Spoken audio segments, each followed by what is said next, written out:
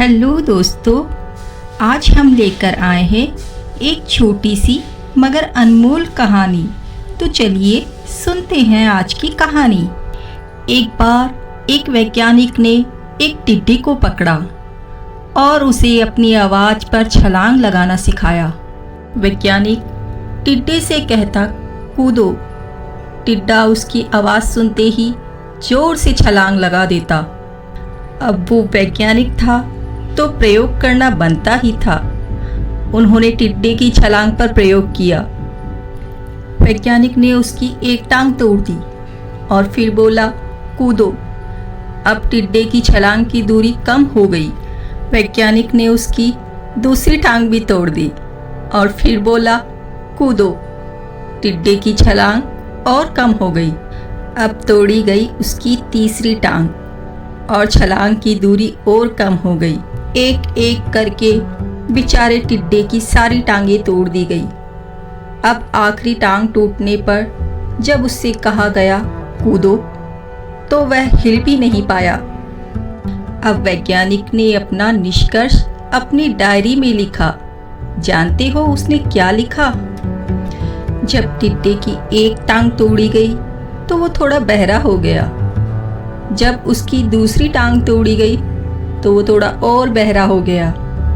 हर टांग टूटने के साथ वो और बहरा हो गया और सारी टांगें टूटने के बाद वह बिल्कुल बहरा हो गया। जोर जोर से चिल्लाने का भी उस पर कोई असर नहीं हुआ। वो तो अपनी जगह से हिला तक नहीं, छलांग लगाना तो दूर की बात थी। इस कहानी को सुनकर सभी को ऐसा लग रहा होगा ना कि क्या मूर्ख वैज्ञानिक था, इतनी सीधी सी बात उसे समझ नहीं आई। या कुछ लोग ये भी सोच रहे होंगे कि ये तो एक बच्चे को भी पता है कि टिड्डे की छलांग उसके टांग टूटने की वजह से कम होती जा रही थी, ना कि वो बहरा हो गया था। पर दोस्तों, हम जीवन में कई बार ऐसे ही मूर्ख बन जाते हैं। कई बार जीवन में दो घटनाएं ऐसी घटित होती है कि उनका एक दूसरे से कोई संबंध होता ही नहीं, फिर भी ऐसा लगता है कि गहरा संबंध है। कभी कभी दिखता कुछ और है, हमें समझ कुछ और आता है और वास्तव में होता कुछ और है। इसलिए पछताना नहीं है तो जीवन में जल्दबाजी में कोई निर्णय ना लें।